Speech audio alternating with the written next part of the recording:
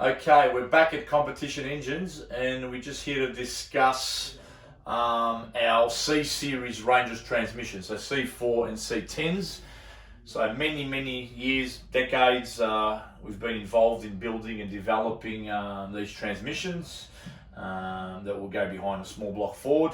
And we do three ranges. We do a 500 horsepower gearbox that's can be driven manual and automatic. We do a 650 horsepower gearbox that's unique, and the valve body's been developed many years ago. And also the unique thing about this box is it can be driven automatic and manual, so you can leave it in D and drive it. And then our top end box, which is 800 plus horsepower, is got a manual valve body, so it needs to be shifted manually. So if we start the box on the left, so we'll just go over the paperwork. We've got some notes here. So first of all our gearboxes are completely blueprinted. So it's no different to us building an engine. Every surface needs to be machined. Every surface needs to be flat. Lube modifications, blueprinting. It's very critical that you got no internal leakage. You can't just bolt all the good parts and bolt it together. It needs to be, the lube is the major problem with any transmission, but C series, people have flares in top gear. That's because they got leakage in the box. So apart from the valve body, which is the brains of the transmission, and all the hard parts we put in, like the 4-pin planetaries, input shafts, billet servo and covers, all the ORB fittings, oil pans, conversions, blueprinting, machining, measuring, Torrington bearings, end floats is critical, full stop. So our 500 horsepower motor transmission, which looks no different to this one here, will retain the standard input shaft, has an R servo, so servo, and piston and cover, so you can see it there in raw finish. They all have our asbestos. In this case, in the 500 horsepower, 5 forward clutches and 5 high reverse. Has our deep pan. So this pan here is our in-house pan. We've just finished making this pan. AFD, that's our brand of cylinder heads, Airflow Dynamics. This is unique. The pickup is billet, the filter height, no different to an engine. You want the pickup to be very low in the sump, the right bolts, the right gaskets. Now all these have the factory dipstick, which is on this side, which is driver's side. It is a problem. It goes behind the brake booster and always fouls on big pacemaker extractor. So we offer that factory position for your OEM dipstick, but then we've done a conversion over this side, so you can run our dipstick, which I'll touch on that in a minute. So we have a second, so passenger side dipstick, and we supply dipstick that can clip onto the back of your valve cover or the firewall. This will make your life easier, and you'll get away with all the tight sort of stuff on the driver's side. So that's our 500.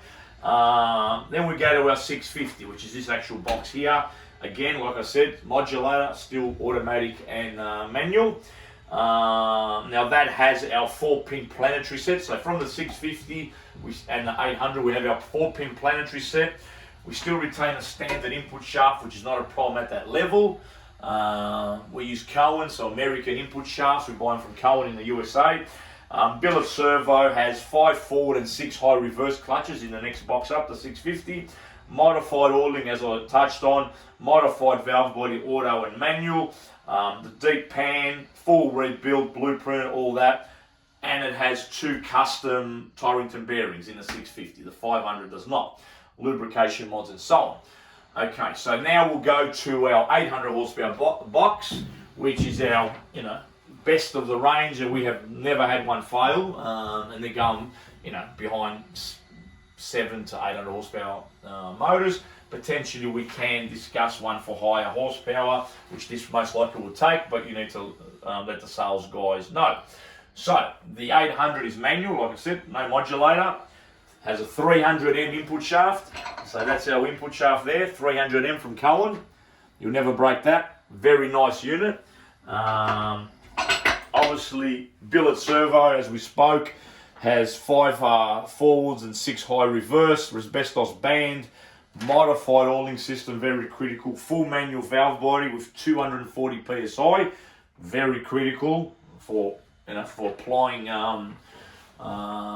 when you change gears for your clutches. So applying load to your clutches.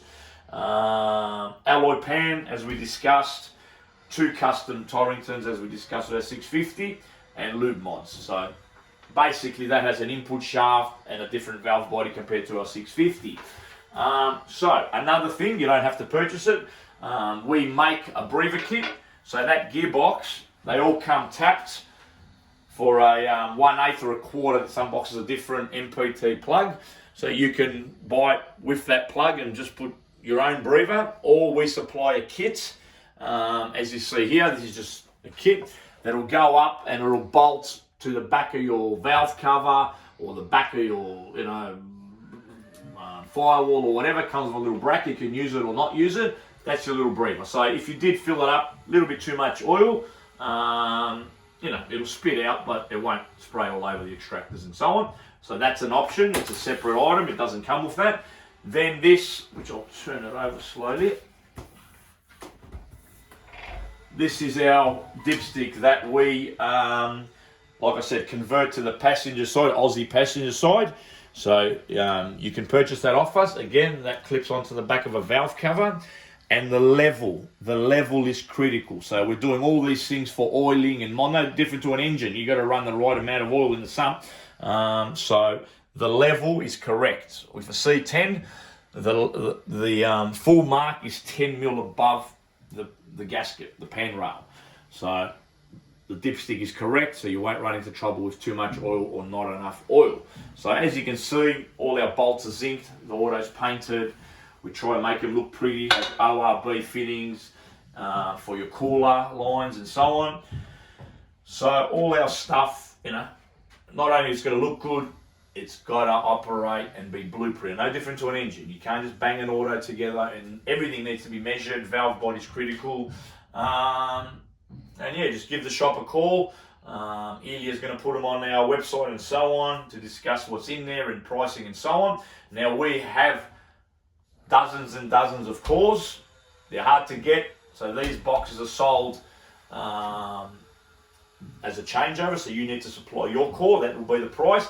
If you do not have a core to give us, we then have to charge you a core charge. Very expensive and very hard to find a good core.